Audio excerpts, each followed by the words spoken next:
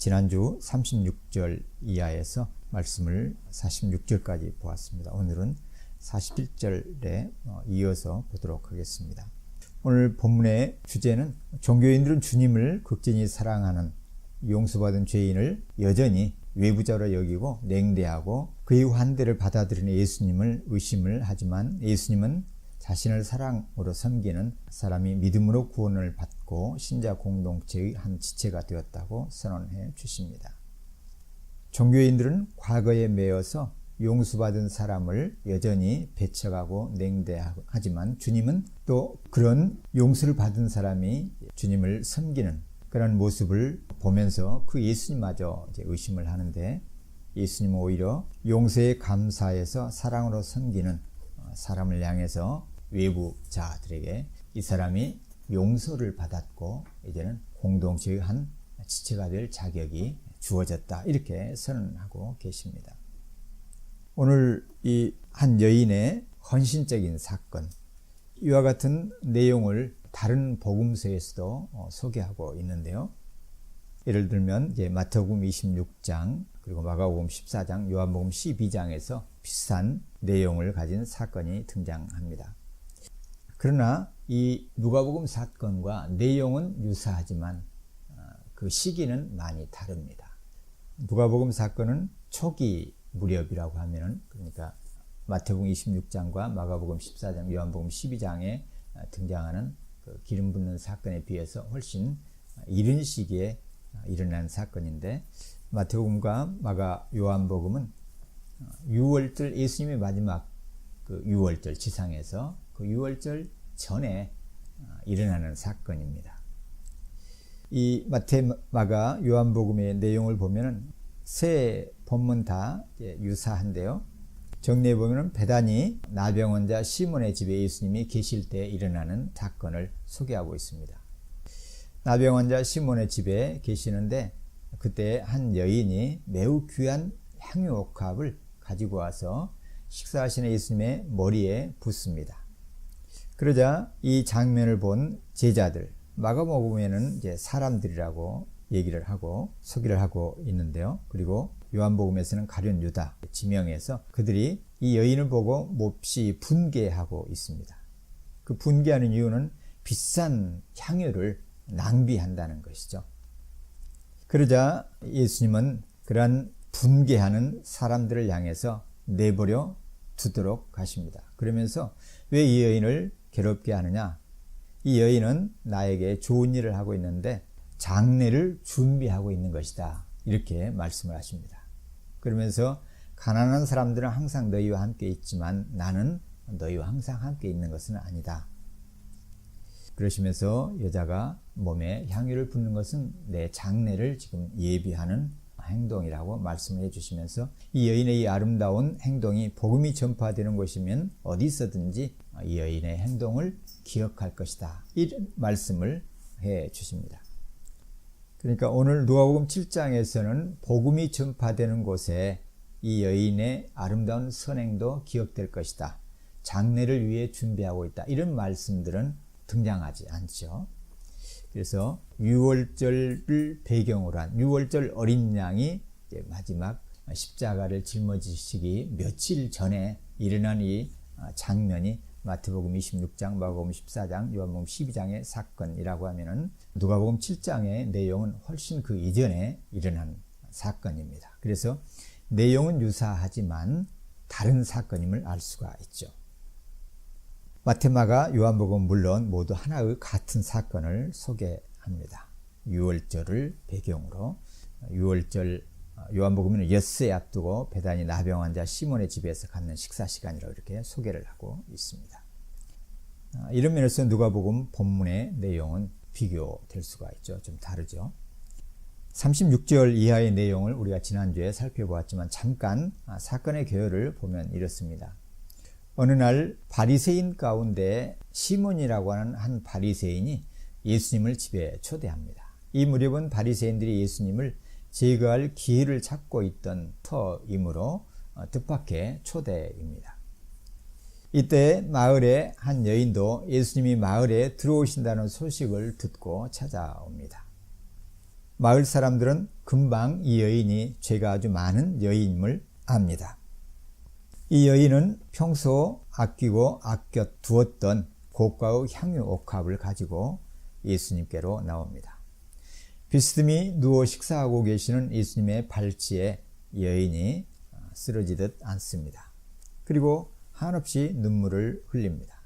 예수님을 보면서 눈물 흘리는 눈물, 이것은 어떤 눈물일까요? 슬픔의 눈물은 아님을 알 수가 있습니다.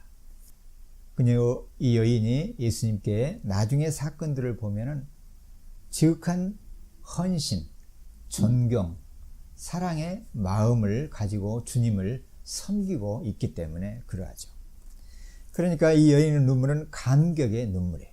뭐가 이렇게 이 여인을 감동케 했을까요? 그것은 예수님으로 인해서 뭔가 참으로 말로 다 할 수 없는 커다란 어떤 감동이 이 여인에게 먼저 있었음을 알 수가 있죠. 그러니까 오늘 이 식사 자리에서 예수님을 만나기 전에 이 여인은 먼저 예수님을 통해서 커다란 어떤 감사의 할 일이 이제 일어났음을 알 수가 있습니다. 이걸 우리가 먼저 이해할 필요가 있습니다. 그래서 여인은 예수님을 만나자 감격의 눈물을 계속 흘려냅니다. 너무 감사해서 이분을 내가 만나다니. 그래서 하염없이 눈물을 흘립니다. 그 눈물이 예수님의 발에 떨어지죠. 그러자 여인은 눈물을 씻어낼 손수건이 없어서 당황스럽지만 재빠르게 그녀의 머리를 풀어서 눈물을 닦아냅니다. 그리고 그 발에 여인은 옥합을 깨서 향유를 쏟아 붓습니다. 순식간에 지금 일어난 일이죠. 이 값비싼 향유. 그러자 방 안에는 향수 냄새가 가득 찼겠죠. 그런데 이 향수를 만끽하면서 야, 좋다. 이런 표현을 반응을 보여야 되는데 사람들은 그런 반응을 아마 보이는 분들도 있었으리라고 생각을 해요. 동시에 그렇지만 이 집주인, 예수님을 초대한 시몬이라고 하는 이 바리새인이 마음속에 이렇게 생각을 합니다. 야, 이 예수가 이 여인이 얼마나 죄가 많은 여인인 줄 알면은 선지자라면은 이 죄 많은 여인임을 알 텐데 이렇게 생각을 합니다. 선지자라면은 이 여인이 얼마나 많은 죄를 저지른 큰 죄인인 줄 알 거다. 이렇게 생각을 하고 있는 것이죠. 그러니까 시몬은 이 여인을 예수님 앞에서 감사하여서 사랑의 섬김을 보이는 고귀한 한 여성의 모습으로 보질 않고 여전히 마을 사람들이 평소에 수군대듯이 이 큰 죄인 이렇게 보고 있는 것이죠. 그러나 이 여인은 지금 현재 예수님 앞에 있는 이 여인은 과거 여인하고는 다른 모습을 보이고 있어요. 예수님의 은혜에 감사해서 예수님을 그냥 평범한 유대의 한 사람이 아니라 자신에게 큰 은혜를 끼친 참으로 고마우신 분으로 알고 그분 앞에서 지금 감사의 표현을 하고 있는 것이죠. 그런데 여전히 바리새인 시몬의 눈에는 과거의 여인, 죄 많은 여인으로만 보여지고 있습니다. 그러면서 동시에 예수님을 향해서 이 기회다. 예수가 정말 선지자라면 이 말은 무슨 뜻이에요? 시몬은 아직 예수님이 선지자인지 아닌지 미심쩍어 하고 있음을 알 수가 있죠. 예수님을 완전히 선지자로 받아들이지 않고 있음을 보여주는 대목입니다. 그래서 선지자라면 이 여인이 얼마나 큰 죄인지 알 거야. 이렇게 생각을 하고 있었습니다. 그때 예수님은 시몬의 생각을 읽어내십니다. 예수님의 어떤 면을 볼 수가 있습니까? 예수님의 신적인 능력, 전능한 능력을 보여주는 장면이죠. 시몬의 생각까지도 읽으실 수 있는 그런 능력을 지니신 주님, 즉 선지자이신 바로 그 대선지자이신 주님의 모습을 보여주고 있습니다. 이렇게 시몬의 생각을 아신 주님은 시몬을 향해서 하나의 비유를 들어서 얘기를 하십니다. 채권자에게 두 채무자가 있는데 하나는 오늘날로 표현하면 직장인이 2년 동안 임금을 하나도 쓰지 않고 꼬박 저축한다고 하면은 모을 수 있는 그만한 양의 빚을 졌다. 다른 한 사람은 2달분 정도의 임금에 해당하는 그러한 빚을 진 사람이 있다. 그런데 이 두 사람은 채무자가 보기에 도저히 빚을 갚을 길이, 여력이 없음을 알고 이 두 채무자의 모든 채무를 다 변제해 주었다. 이렇게 예를 드시고 난 다음에 시몬에게 물으십니다. 그러면은 많은 빚을 면제받은 사람과 훨씬 작은 빚을 탕감받은 사람 중 누가 더 채권자를 사랑하겠느냐? 그러자 시몬은 많이 탕감받은 사람입니다 라고 바로 대답을 합니다. 그때 예수님은 여인에게 고개를 돌리시고 말씀을 계속 이어가시는데요. 이렇게 말씀을 하십니다. 이 여인을 보느냐? 너는 내가 시몬 네 집에 들어올 때 발 씻을 물도 주지 않았지만 이 여인은 눈물로 내 발을 적시고 머리카락으로 닦았다. 시몬 너는 내게 입 맞추어 인사도 하지 않았지만 이 여인은 내가 들어올 때부터 내 발에 입 맞추기를 그치지 아니하였다. 그러나 여인이 예수님이 들어올 때부터 발에 입을 맞추기 시작한 것을 보면은 예수님이 오신다는 소식을 듣고 바로 달려와서 예수님이 도착하시기 전에 지금 이 집에 와 있었음을 볼 수가 있죠. 그러자 예수님이 등장하자마자 이 방 안에 이제 앉으시는 그때부터, 등장하시는 때부터, 집에 들어오시는 그때부터 계속해서 반가운 인사를 했던 것이죠. 그리고 시몬 너는 내 머리에 감람유를 붓지 아니하였지만 이 여인은 내 발에 향유를 부었느니라. 머리에 붓기에는 너무나 황송해서 그 비싼 향유를 발에 쏟아 부은 것이에요. 그녀가 생각하기에 자신은 너무 비천한 여인이었기 때문에, 그렇지만 이 여인을 사랑해 주신 주님의 그 가르침과 주님의 은혜에 감격하여서 나는 이 높으신 분의 발이라도 향유를 붓고 씻어 주었으면 더 이상 큰 기쁨이 없겠다. 이렇게 낮고 겸손한 마음으로 주님을 맞이하고 있는 것이죠. 종의 모습으로 예수님을 맞이하고 있는 여인의 모습입니다. 예수님이 이렇게 바리새인 시몬과 여인 사이에 보이는 매우 반대되는 대조적인 행동을 구체적으로 낱낱이 소개하신 다음에 이렇게 말씀을 하십니다. 47절의 내용입니다. 47절 다 같이 한번 볼까요?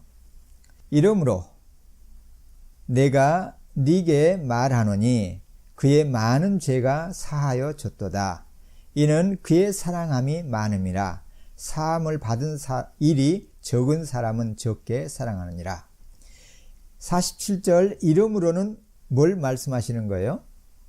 너는 나에게 손님을 초대한 주인으로서 손님에게 어떤 인사도, 마땅히 공급해 줘야 될 물도, 인사도 제대로 아니했지만 이 여인은 물을 공급해 물로 발을 씻길 뿐만 아니라 온갖 마음을 다해서 존경과 사랑의 인사를 나에게 해주며 지금까지 나를 영접하고 있고, 여기에 더 나아가서 그 비싼 향유를 내 발에 부어서 나를 환대하고 있다. 그러므로 이 말입니다. 내가 시몬 내게 말한다. 47절 그의 많은 죄는 그녀의 많은 죄를 말하죠. 그녀의 많은 죄가 용서를 받았다. 그러니까 죄의 문제를 얘기하고 있어요. 왜 그렇습니까? 시몬이 만일 예수님이 선지자라고 하면은 이 죄 많은 여인, 이 여인이 얼마나 많은 죄를 지은 죄인인 줄 알 것이다. 이렇게 생각을 했잖아요.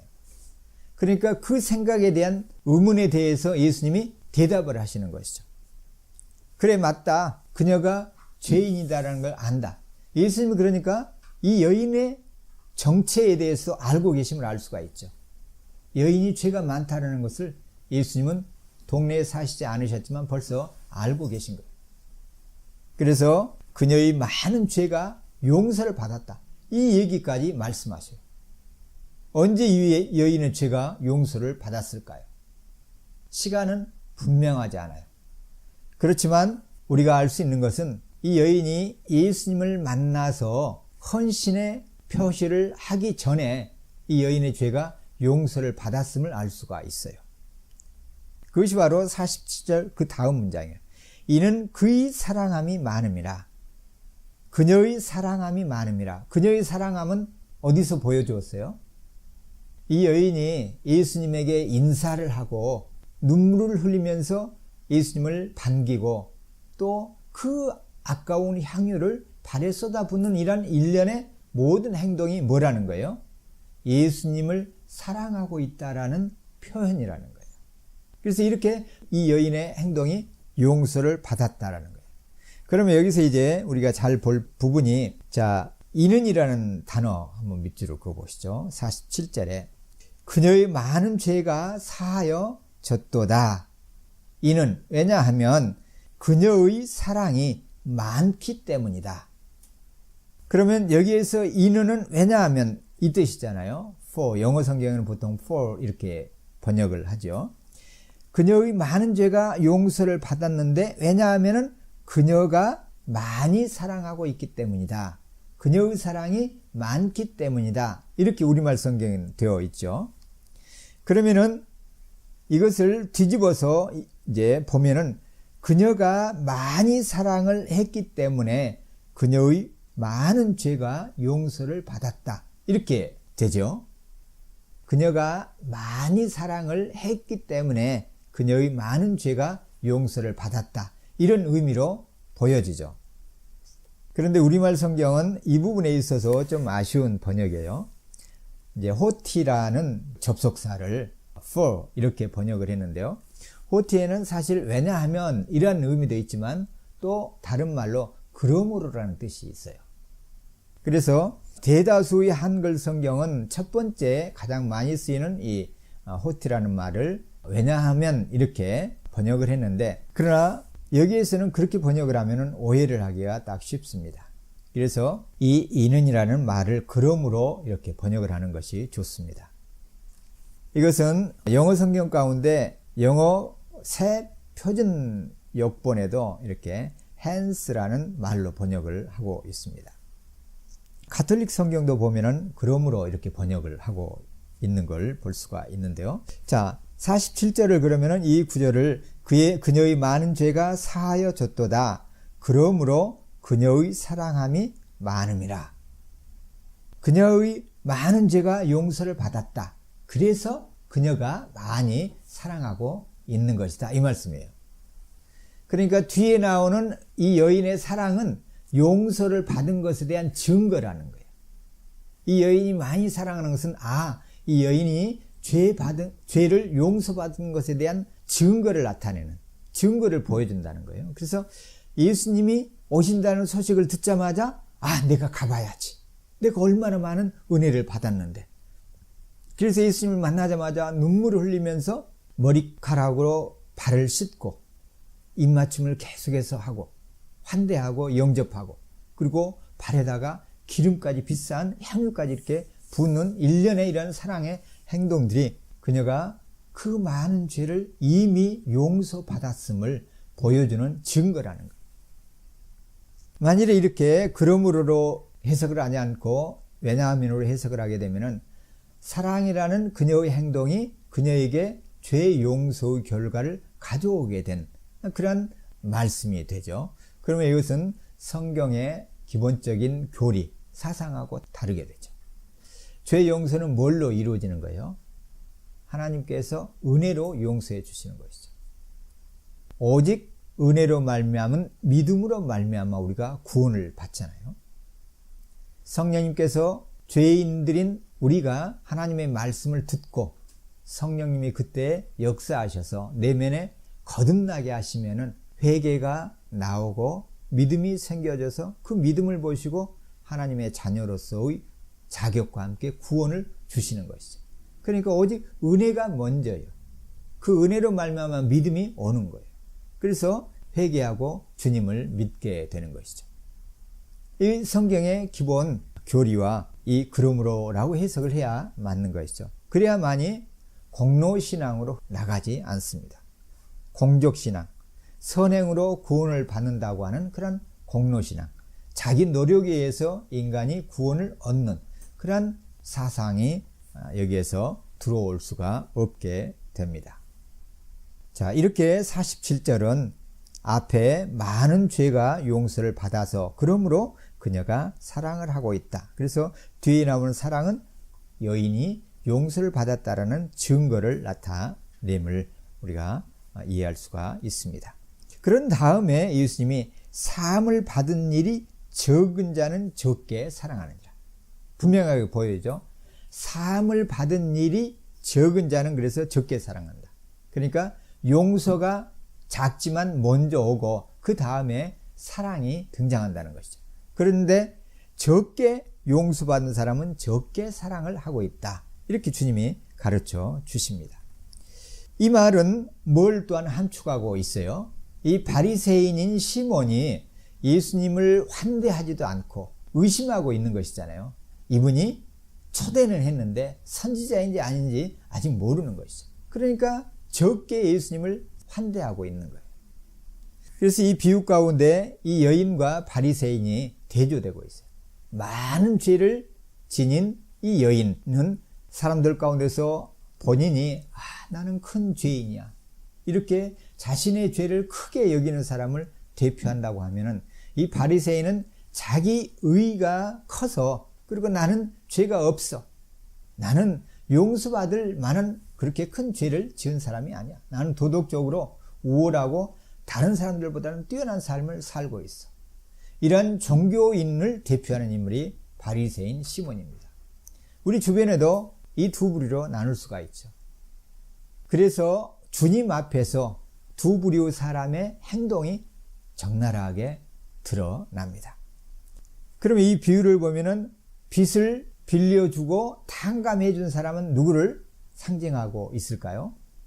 죄를 용서해 주시는 하나님을 상징하고 있는 것이죠. 그리고 빚진 자들은 죄를 범한 인간들을 염두에 둔 말씀입니다. 그래서 두 부류 인간, 바리새인과 종교인으로서 바리새인인 시몬, 그래서 종교적으로 완고하고 아주 경직되어 있어서 다른 사람들을 볼 때 과거의 사람으로만 보고 판단하고, 그래서는 그 기준에 미달했다라고 보고 자신들의 공동체로부터 밀어내는 그런 종교적인 인물을 이제 바리새인 시몬이 대표하고 있는 것이죠. 이런 사람들이 많죠. 종교인이든 아니든 종교적인 사람을 사는 사람들이 많아요. 용서보다는 판단하고 어떤 기준을 내세워서 거기에 미달하는지 합격하는지 자꾸 판단하고, 그래서 그 판단에 따라서 정죄하기에 빠른 그런 종교적인 삶을 사는 사람들이 많습니다. 교회 안에서 만일에 이런 종교적인 마음을 갖고 서로가 대한다고 하면 그 교회 공동체는 매우 삭막하고 경직되어 있고 뭔가 잘못하면 큰일 나는 그런 분위기가 아마 압도할 것입니다. 그러면은 이 마을의 여인과 같은 사람은 이미 용서를 받았음에도 불구하고, 그래서 주님을 향한 사랑과 헌신이 그렇게 지극하고 고귀함에도 불구하고 기존에 있는 종교인들에 의해서 배척을 당하고 늘 과거의 기준으로 이렇게 외면을 당하는 그런 일이 벌어질 겁니다. 복음이, 은혜가 왕노릇해야 될 교회 공동체 안에서 이러한 종교적인 기준에 철저한 종교인들이 털을 잡고 세를 과시한다고 하면 안 되겠죠. 바로 이 본문을 통해서 주님께서는 이러한 부분들을 우리에게 지금 가르치고 계신다고 볼 수 있습니다. 우리는 누구인가? 그 말이죠. 나는 누구인가? 우리는 많이 사랑하는 사람인지 아니면 사랑이 적은 사람인지, 내 원칙에 철저해서 그 기준에 따라서 사람을 판단하기에 빠른 그런 유형의 사람인지, 아니면은 이 여인과 같이 내가 얼마나 큰 죄인인가, 이렇게 큰 죄를 가진 나를 우리 주님이 용서를 해주셨구나, 그래서 은혜에 따라서 사는, 행동하는 삶을 사는 사람인지, 또 여기에서 우리가 하나 생각을 해볼 필요가 있죠. 어떻게 해서 이 여인은 이렇게 죄가 많음을 깨닫고 내가 이 큰 죄가 용서를 받았구나, 이것을 깨닫고 주님 앞에 나오게 되었을까? 왜냐하면 이 여인과 같이 죄를 많이 지은 사람들이 많잖아요.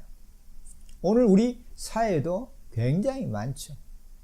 그런데 죄가 많다고 해서 모든 사람들이 나는 죄가 너무 많아, 속으로는 그럴 수 있을지 모르지만은 스스로가 그렇게 여기면서 주님께 나와서 감사로 그 죄 많음을 용서받았음을 표현하는 그러한 진솔한 사람들은 얼마나 될지 우리가 생각을 해볼 필요가 있고, 동시에 이 여인은 어떻게 해서 이러한 은혜를 얻게 되었을지 생각을 해볼 필요가 있죠.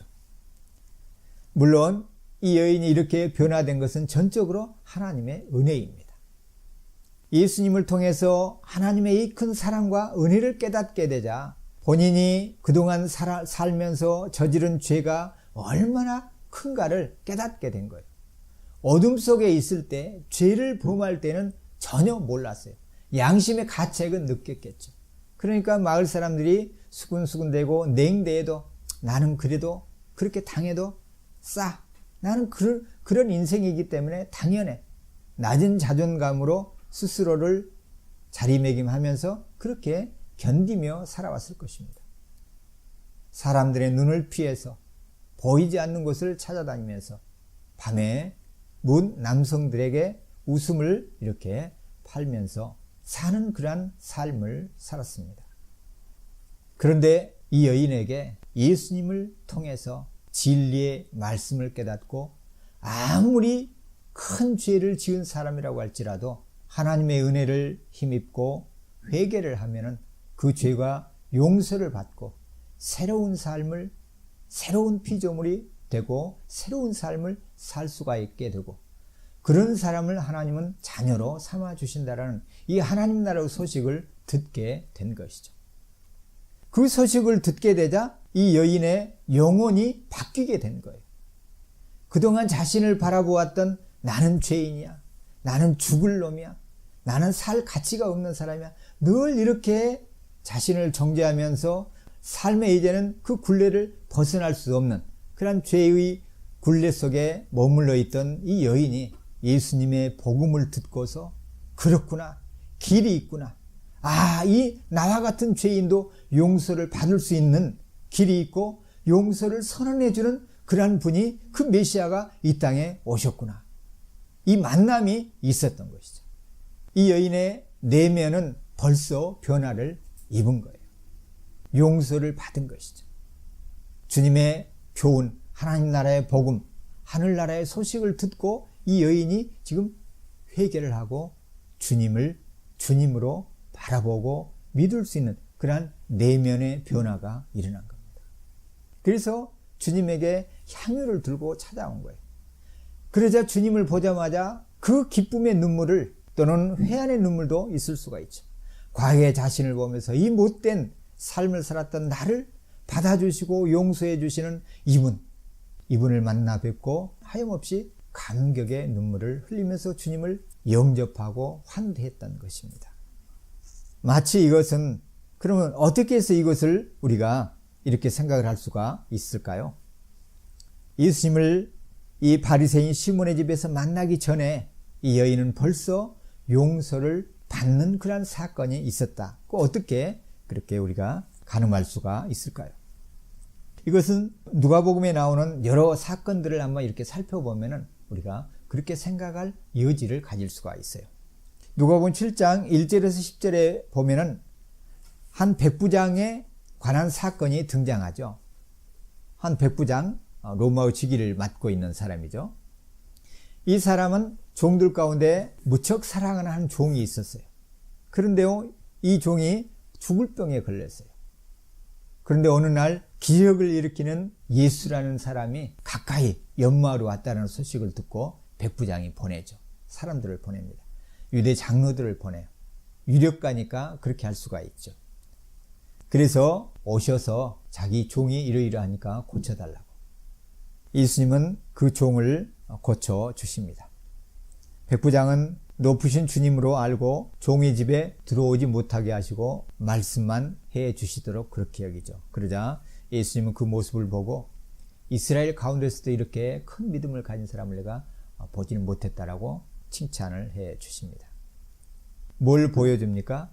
이 백부장은 예수님에 대한 소식을 듣고 내가 사랑하는 종을 이 예수님은 고치실 수가 있구나라는 믿음을 가진 거예요. 예수님을 보기도 전에 소식을 듣고 예수님에 대한 신뢰를 갖게 된 것이죠. 그래서 집에 오라고 들어오라고 하지도 않고 말씀만 해 주시도록 그렇게 하죠. 또 8장에도 보면 누가복음 12의 혈루증으로 고생하던 여인이 그 무리를 꿰뚫고 12년 동안 혈루증으로 고생했으니까 얼마나 약하겠습니까? 그렇지만 무리들 틈에서 예수님께로 힘써서 다가갑니다. 이 여인이 이렇게 예수님께 가까이 다가가려고 하는 이유는 뭔가요? 이 예수님을 만나면은 내 병이 고침을 받을 수가 있다라는 믿음이 먼저 있었기 때문에 그런 것이죠. 예수님을 만나기 전에, 고침을 받기 전에 이 여인은 예수님에 대한 신뢰를 하고 있었습니다. 누가복음 19장에 나오는 삭개오도 마찬가지입니다. 멀리서 오시는 주님을 보기 위해서 뽕나무에 올라간 것이죠. 주님에 대한 기다림이 먼저 있었습니다. 누가복음 23장 40절 이하에 나오는 두 강도 가운데 한 강도도 똑같은 강도인데 서로 완전히 다른 모습을 보여주죠. 두 강도가 예수님을 바라보는 시선은 정반대였습니다. 그 한 강도는 예수님으로부터 구원을 받습니다. 이들 모두는 예수님께 치료를 받고 구원을 받기 전에 예수님에 대한 좋은 이해가 있었던 것이죠. 그래서 마음속에 하나님의 은혜로 말미암는 변화가 있었던 것입니다. 주님이면은 고치실 수가 있고 길을 여실 수가 있다. 자, 그래서 48절에 예수님은 내 많은 죄가 사하여졌도다. 그러므로 많이 사랑한다. 사함을 용서를 적게 받은 사람은 적게 사랑한다. 이렇게 말씀하신 다음에 여인에게 말씀하십니다. 네 죄를 용서받았다. 네 죄 사함을 받았느니라. 아니 47절 말씀을 벌써 보면은 여인이 이렇게 많이 사랑하는 것은 죄를 용서받았기 때문에 그렇다고 주님이 말씀하고 계시잖아요. 그걸 보면은 이 여인은 벌써 죄 용서를 받은 것이죠. 이 여인은 벌써 죄 용서를 받았어요. 아까 얘기 드렸듯이 언제 용서를 받았는지 본문에는 분명하지 않아요. 그렇지만 삭개오 사건, 백부장의 종 사건, 혈루증 여인의 사건, 강도 사건, 이런 사건들을 볼 때 미루어 짐작을 해볼 때 이 여인이 언젠가 먼저 주님에 관한 소식을 들었던, 멀리서 주님을 보았던, 주님의 말씀을 들었던, 주님을 통해서 간접적이든 직접적이든 멀리든 가까이서든 변화의 기회가 있었다는 것이죠. 그리고 용서를 받게 된 사건이 있었다는 거예요. 주님이 47절을 통해서 주시는 말씀이에요. 이 여인이 이렇게 사랑하는 것은 그녀가 많은 죄를 용서받았기 때문에 지금 그 증거로 이런 사랑을 보이고 있는 것이다. 이렇게 이미 용서를 받았다라고 말씀을 해 주셨는데 48절에 주님은 여자에게 이르시되 네 죄 사함을 받았느니라. 왜 이렇게 다시 말씀을 하실까요?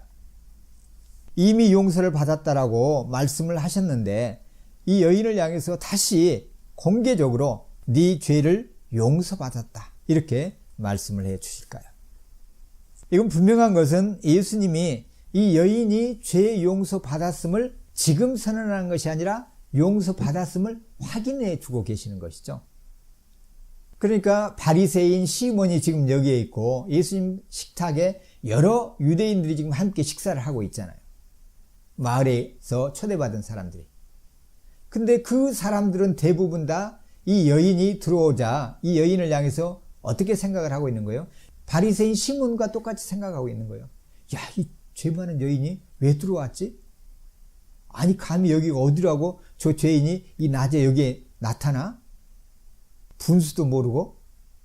그러면서 이 랍비 선생님이신 예수님께 가까이 다가와? 어떻게 여인인 그것도 소문이 좋지 아니한 그러한 여인이 예수님께 이렇게 다가와? 이걸 보면서 놀라고 있고 속으로 지금 정죄를 막 하고 있는 것이죠. 그래 여전히 마을에 이 식탁에 앉아있는 이 사람들은 여인을 향해서 죄인으로만 생각하고 있는 거예요. 주님은 이 식탁에 앉아있는 사람들의 생각을 다 보고 계시는 것이죠. 그래서 다시 한번 그 식탁에 초대받은 사람들이 다 듣도록 여인을 향해서 보시면서 선언해 주시는 거예요. 네 죄가 사함을 받았다. 한번 생각해 보세요. 이건 매우 큰 의미가 있습니다. 특별히 이 여인에게는 더 중요한 순간이에요. 이 무사람들에게 자신의 죄가 용서를 받았다고 주님이 확인해 주는 이 선언, 이것은 너무 큰 사건입니다. 그렇잖아요. 모든 사람들로부터 이제 이 여인은 죄인이 아니다, 이렇게 지금 공개적으로 확인을 받는 자리이니까 여인 입장에서는 얼마나 큰 의미가 있는 중대한 지금 순간입니까?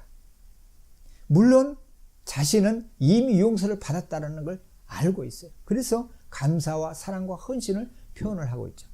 그렇지만 주님이 보실 때 이 마을 사람들은 그게 아닌 거예요. 이 여인은 죄인이고 용서받지 못할 죄를 지은 큰 죄인이라고 생각을 하는 겁니다. 예수님은 여인을 보시면서 마을 사람들의 생각으로 인해서 그동안 이 여인이 고생과 고난과 냉대와 그 비참한 대우를 받았던 그 모든 모습들을 간파하고 계시는 것이죠. 아직도 여전히 과거에 매여서 이 여인을 향해서 돌팔매질을 하고 있고 마음에 화살을 쏘고 있는 이 무리들에게 아니다, 이 여인은 모든 죄를, 그 많은 죄를 용서를 받았다, 이렇게 선언해 주시는 거예요. 여인의 모든 억압과 구속을 풀어주고 계시는 것이죠. 동시에 이 마을 사람들의 과거에 매여 있는 굴레까지 깨버리고 계시는 순간입니다. 그래서 주님은 이 여인의 죄를 공개적으로 용서되었음을 확인하고 선언하시면서 확인해 주시는 거예요. 이 순간 여인은 모든 멍에와 자기 자신에게 스스로가 묶었던 그러한 어떤 작은 응어리마저도 물론 용서 경험을 했지만 그럼에도 불구하고 순간순간 자신을 맺고 또 마을 사람들의 냉대를 느꼈을, 그로 인해서 부자연스럽고 고통스러웠을 이 여인의 그 작은 억압마저도 풀어버릴 수 있는 소중한 기회가 바로 이 순간입니다. 이제는 여인도 스스로를 향해서 죄인이다, 나는 살 가치가 없는 사람이다, 그렇게 자책하며 이제는 숨어 지낼 필요가 없는 나는 자유인이다, 나는 이제는 의롭게 되었다, 그 많은 죄가 이 선지자이신 예수가 용서해 주었다, 모든 사람들 앞에서 죄를 씻음 받았다고 말씀해 주셨다, 이 순간을 기억하면서 이제는 용기 있게 살아갈 수가 있을 것입니다. 아니, 여인이 지금 이 자리에 찾아온 것 자체가 굉장히 용기 있는 모습이에요. 옛날 같으면은 이런 행동을 할 수가 없는 것이죠. 사람들이 보는 데 와서 눈물을 흘리면서 감정의 표현을 다 하고 적극적으로 환대하고 소중한 기름을 옥합을 깨서 향유를 붓는 이런 행동들은 담대하고 여인의 자유로운 모습을 보여줍니다. 여기에 이제는 더해져서 주님의 선언은 그녀로 하여금 더욱더 담대하게 이제는 이스라엘 공동체 사회 속으로 뚫고 들어가서 살 수 있는 온전한 한 사인으로서 서게 되는 중요한 순간입니다. 바로 주님은 이걸 위해서 지금 공개적으로 죄 용서를 선포해 주신 것이죠. 이미 용서받은 이 여인은 하나님으로부터 용서는 사실 필요하지는 않았죠. 그렇지만 마을 사람들의 생각은 바꾸어져야 할 필요가 있었습니다. 그래서 주님이 이 말씀을 해 주신 것이죠. 바로 이렇게 말씀하신 것은 시몬이 품었던 이분이 선지자라면 이 여인이 죄인이라는 것을 알 텐데 이 의문에 대한 예수님의 답변이기도 하죠. 선지자라면 큰 죄인이라는 걸 알 텐데 예수님은 그 생각에 대한, 그 의문에 대한 답을 여기서 해주시는 거예요. 이 여인이 죄인이라는 걸 안다. 더 나아가서 이제는 이 여인의 죄가 용서를 받았다, 이렇게 선언해 주시고 계십니다. 자, 이 얘기를 듣고 49절에 함께 앉아있는 사람들이 속으로 말합니다. 또 의문이 생겨요. 의심하는 사람들은 항상 의심을 해요. 또 의문이 생겨요. 뭐라고 의문합니까? 이 사람이 누구이기에 죄를 용서해 주는가? 이제는 선지자라는 것을 어느 정도 확인을 한 것 같아요. 사람의 속에 있는 생각들을 간파하는 것을 보고 이 여인이 죄인이라는 것을 다 읽고 이런 것을 보면서, 그런데 문제는 그 다음이었어요. 아니 누구이기에, 이 예수가 누구이기에 죄까지 용서해 준단 말인가? 죄 용서 받았다고 선언하니까 이제 앉아있는 이 유대인들은 다시 속으로 말하는 거예요. 이 사람이 누군데 죄를 용서해 줘? 왜냐하면 유대인들의 생각에는 누구만이 죄를 용서해 줄 수가 있어요? 하나님만이 죄를 용서해 주실 수가 있잖아요.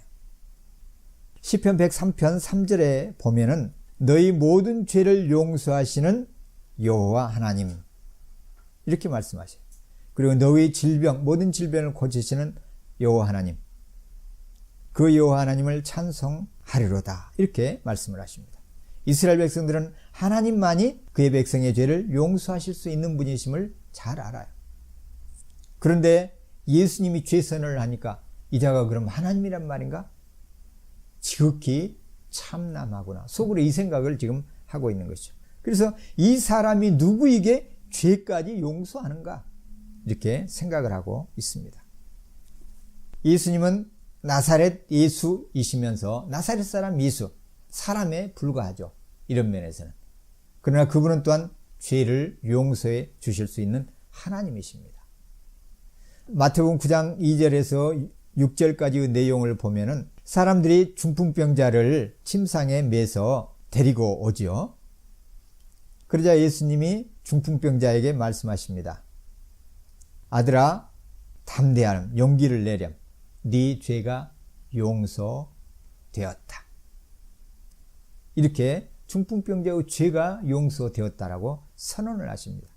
그러자 서기관들 가운데 몇 사람이 속으로 말합니다. 이자가 참남하도다. 예수님이 그들의 생각을 읽으시고서는 이렇게 말씀하십니다. 너희가 왜 너희 마음속에 악한 것을 품느냐? 어느 말이 더 쉬우냐? 너희 죄가 용서받았다. 일어나 걸으라. 어떤 말이 더 쉬운가? 그러나 내가 너희에게 인자가 땅에서 죄를 용서할 권세가 있음을 알게 하겠다. 이렇게 말씀하시고서는 예수님은 그 중풍병자에게 일어나라. 네 침상을 들고 집으로 걸어가거라. 이렇게 말씀을 하시자 그가 그대로 일어나서 가십니다.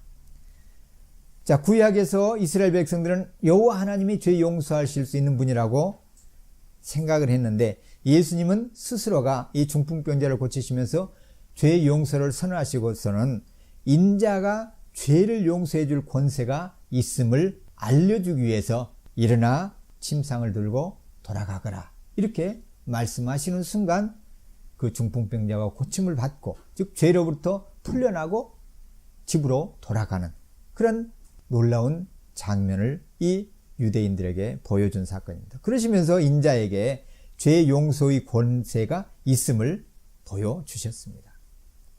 예수님이 하나님이시라는 것을 말씀하시는 내용이죠. 사도행전 8장에서도 보면은 회개하라.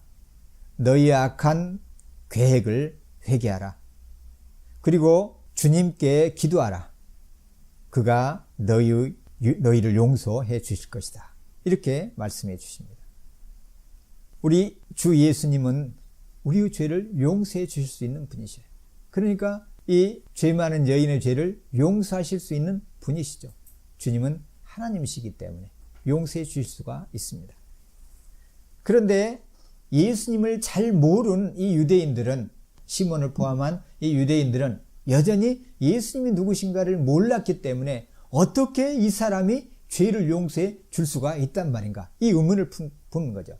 그러니까 예수님이 누구신가에 대한 의문과 함께 무지를 보여주는 반응이 바로 이것이었어요. 어떻게 이 사람이 죄를 용서해 준단 말인가? 단지 나사렛 예수 이분을 뭘로만 아는 거예요? 인간 예수로. 어떤 위대한 기적적인 일을 행하지만 인간에 불과한 예수로만 지금 이해하고 있는 것이죠. 그런 그들을 향해서 주님은 용서를 선언하심으로써 동시에 여인을 향해서는 이 여인이 이제는 완전히 죄로부터 풀려나 의로운 사람, 이제는 공동체의 온전한 한 일원이 되었음을 확인해 주심과 동시에 예수님 자신이 누구다라는 것을 대답해 주시는 거예요. 하나님이심을 답변해 주시는 거예요. 그래서 처음 질문, 시몬이 예수님에게 품었던 그 질문, 선지자라면 이 여인이 큰 죄인임을 알 텐데 라는 이 의문에 대해서 주님은 정확하게 다 답변을 하셔요. 예수님은 선지자요, 하나님이 보내신 선지자이시며 그리스도이시고 또한 하나님이시다. 그리고 이 여인의 죄인이라는 것을 아시고 그 여인의 죄가 용서를 받았음을 아시지만 다시 한번 확인해 주심으로 이 여인이 참 자유를 누리는 온전한 한 이스라엘 백성의 한 사람으로 들어왔음을 선언해 주시는 그런 내용이죠. 죄의 문제는 정말로 인간에게 있어서 가장 무거운 문제입니다. 왜 그렇습니까? 죄는 모든 불행의 근원이기 때문에 그렇죠. 이것은 이 땅에 사는 날 동안만이 아니라 영원토록 무서운 결과를 가져오기 때문에 그렇습니다. 그래서 잠언 28장 13절에서도 그의 허물을 숨기는 사람은 성공하지 못할 것이요, 그렇지만 자신의 죄를 고백하고 버리는 사람은 긍휼을 입을 것이다, 이렇게 말씀하십니다. 우리가 우리의 죄를 숨기려고 하면은 우리는 성공할 수가 없어요. 그렇지만 우리가 우리의 죄를 고백하고 그러한 죄를 버린다고 하면은 하나님께서 우리에게 긍휼을 보여주십니다. 용서해 주신다는 것이죠. 그래서 회개하고 주님께 용서해 주시도록 우리가 기도해야 될 필요가 있습니다. 그래서 사도 요한은 요한일서 1장 9절에서 만일 우리가 우리 죄를 자백하면 주님은 미쁘시고 의로우사 우리 죄를 용서하시고 우리를 모든 불의로부터 깨끗게 하신다고 약속해 주십니다. 삶의 형통의 비결, 성공의 비결은 먼저 죄의 문제를 해결하는 거예요. 그래서 우리가 주기도문을 통해서 기도하는 것과 같이 자기 자신의 잘못이 무엇인가를 깨닫고 바라보면서 이 죄를 이기는 삶을 살아갈 수가 있어야 합니다. 자, 이러자 사람들이 누구에게 죄도 용서하는가 라고 하자 예수님은 여인에게 말씀을 하십니다. 이 무리의 속마음에 대해서 그 마음을 듣고 그 대답을 여인에게 주시는 말씀을 통해서 답을 하셔요. 자, 뭐라고 말씀하십니까? 50절입니다. 여인에게 이르시되 네 믿음이 너를 구원하였으니 평안히 가라. 자, 이 사람이 누구에게 죄도 용서하는가? 라는 이 마음을 읽으시고 있으면 여인에게 다시 네 믿음이 너를 구원하였으니 평안히 가라. 아니 47절의 내용 갖고도 충분하고 48절에 죄사함을 받았다라는 확인해 주시는 말씀으로도 이제는 넘치는데 다시 50절에 주님은 내 믿음이 너를 구원하였으니 평안히 가라.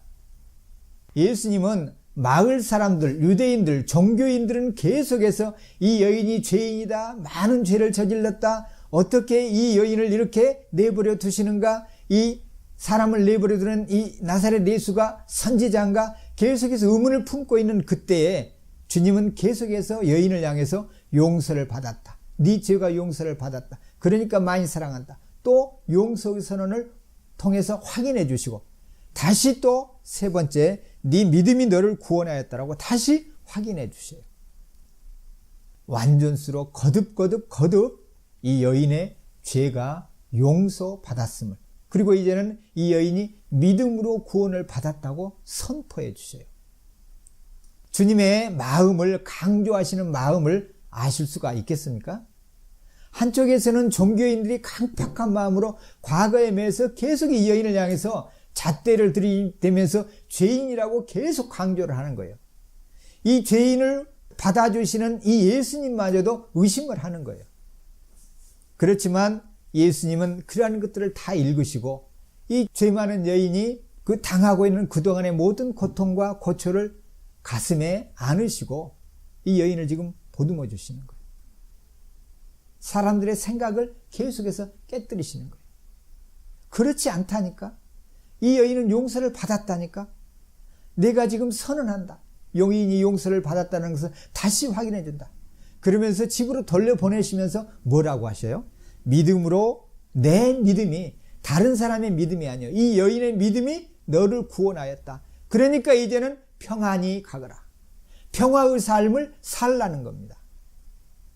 왜 이렇게 주님은 이 한 여인에 대해서 이렇게까지 배려하시면서 확실하게 확증, 확언, 다시 한번 선언을 하시면서 이 여인이 자유로운 신분에 죄로부터 완전히 자유로워졌음을 이렇게 선포하고 계실까요? 믿음이 너를 구원하였으니 이제는 평안히 가라. 왜 이렇게 말씀을 하실까요? 여기는 중요한 주님의 의도가 있어요. 그동안 이 여인은 늘 배척당하는 삶을 살았어요. 밤의 삶을 살았어요. 사람들에게 같이 가서 어울릴 수가 없는 그런 삶을 살았어요. 그래서 사람이 모여있는 이 식탁 자리에, 잔치 자리에 여인이 용기를 내어서 찾아온 거예요. 너무나 감사하고 죄를 용서받았다는 것을 깨닫고 담대히 자유로운 행동을 보여주고 있는 것이죠.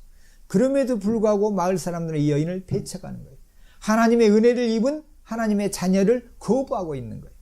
아니야, 너는 옛날 사람과 똑같이 죄인이야. 그러한 그들을 향해서 주님은 아니다, 용서를 받았다, 죄를 용서를 받았다. 이 여인이 사랑하는 이 행동을 보아라. 그것이 바로 죄의 용서를 받았다는 증거다. 그러시면서 죄를 용서받았다고 선언해 주시고 이제는 집으로 돌려보내시면서 네 믿음이 너를 구원하였으니 이제는 평안히 가거라. 평안히 가라는 말 속에는 뭐가 들어있습니까? 이 평화 속에서는 죄로부터 자유로 오는 평안도 있습니다. 영적인 평안도 있습니다. 그러나 이스라엘 공동체 속에서 그동안 함께 할 수 없었던 공동체의 일원이었지만은 한 이스라엘 백성이었지만은 이스라엘의 이 공동체에 전적으로 함께 끼어들어가서 사회생활을 할 수 없었던 사회적인 단절, 사회적인 고립으로부터의 해방도 선언해 주시는 거예요. 죄로부터의 자유와 함께 사회적인 억압으로부터의 자유도 주님이 선언해 주시는 거예요. 영적인 자유. 또 하나는 뭡니까? 그 죄로 말미암아서 여인이 육체적인 어려움을 당했을 그 육체적인 억압과 자유와 육체적인 벌로부터 어떤 구속으로부터도 주님은 평안을 얻었다라고 단어를 통해서 자유케 되었음을 선언해 주시는 거예요. 영적인 구원, 육체적인 자유, 그리고 사회적인 구속으로부터 벗어났음을 다 모든 것을 다 망라하는 이 평화 속에는 이 단어가 들어있는 겁니다. 샬롬은 원래 구약에서도 그래요. 평화하면 우리는 어떤 정치적인 평화, 어떤 사회 속에서의 어떤 억압으로부터 평화, 이 정도의 평화만을 생각하기 아쉬운데 이스라엘의 샬롬은 원래 영적인, 물리적인, 물질적인, 관계적인, 정서적인, 전인격적이고 전사회적인 샬롬을 말할 때, 평화를 말할 때 샬롬이라고 말해요. 주님은 이 여인에게 이 샬롬을 지금 선물로 주시는 거예요. 너는 이제는 모든 억압으로부터 너 자신도 너를 구속해서도 안 되고 마을 사람들도 마찬가지고 온 세상 사람들도 이제는 너에게 구속을 해서는 안 된다는 말씀이에요. 너는 이제는 당당히 용서받은 사람 자유인으로서 이스라엘 공동체 하나님의 백성 속에 들어가서 한 사인으로서도 당당히 살도록 주님께서 이렇게 선포해 주시는 겁니다. 주님의 이 말씀을 이 유대인들은 알았을까요? 몰랐을까요? 바리새인 시몬은 깨달았을까요? 아, 이 여인이 이제는 모든 죄를 용서받고 이제는 완전한 이스라엘 공동체의 한 사람으로, 한 일원으로 이제는 생활할 수 있도록 주님이 선언해 주시구나. 알았는지 몰랐는지 본문은 말하고 있지 않습니다. 이 여인을 마을 사람들이 이제는 환영하면서 환대를 했는지, 과거에 자신들이 핍박하고 냉대했던 그러한 잘못들을 용서를 구하고 사과를 구했는지 본문은 말해 주지는 않습니다. 아마 이 침묵이 오늘 우리에게 던지는 질문과 같아요. 오늘 우리는 이 본문에 등장하는 인물들 가운데서 누구에 가까운가? 바리새인 시몬과 가까운가? 아니면 같이 식사하면서 속으로 나사렛 예수의 죄사함을 선언하는 것을 의문을 제기하면서 여인을 여전히 부정적으로 바라보고 거부하고 있는 그 사람들에 가까운가? 아니면은 우리가 바로 여인과 같은 그런 죄를 느끼고 있는가? 분명한 것은 여기에는 우리 모두는 다 이 여인과 같이 많은 죄를 용서받은 사람이에요. 그러면은 용서받은 사람으로서 주님이 네 믿음이 너를 구원하였으니, 이 믿음은 물론 하나님이 이 여인에게 주신 선물로 말미암은 믿음이죠. 이 여인이 스스로가 만들어낸 믿음이 아니죠. 오직 은혜로 말미암아 얻게 된 믿음이에요. 그러니까 이 여인이 주님에게 나와서 이렇게 감사의 눈물과 전적인 헌신을 보여주는 것이죠. 우리는 이 죄의 용서를 확신하고 구원의 자유를 누리고 있는지, 그리고 혹시 또는 우리 가운데도 이 마을 사람들과 같은 그러한 종교적인 마음은 없는지 한번 반성을 해보고 주님은 도전을 하십니다. 그러면서 성경은 아무 반응도 말하고 있지 않지만 이 침묵을 통해서 우리에게 질문하는 것과 같아요. 너는 누구냐? 너는 어떻게 행동을 하고 있는가? 너는 너 자신을 향해서 과거에 매여서 여전히 과거의 기준으로 너 자신을 바라보고 있지는 않는가? 담대하게 자유롭게 하나님의 자녀로서 구원받은 사람으로서 담대하게 복음의 삶을 살고 있는가? 그래서 내 믿음이 너를 구원하였으니 이제는 평안히 가라, 평안히 살라, 평화의 삶을 살라. 주님이 이렇게 말씀해 주십니다. 이제 우리 모두는 이 여인과 같이 죄 용서받았음을 확신하고 주님의 마음을 알 수가 있죠. 용서를 확신하기를 원하시는 주님의 마음, 그리고 평화로운 삶을 살라, 담대히 살라, 스스로를 제한하면서 사람들의 평가에 스스로를 묶으면서 그렇게 살지 말고 주님이 이제는 용서를 선포하였고 평화를 선언하였으니까 담대하게 자유롭게 사는 복음의 삶을 살도록 주님께서 말씀하고 있으십니다.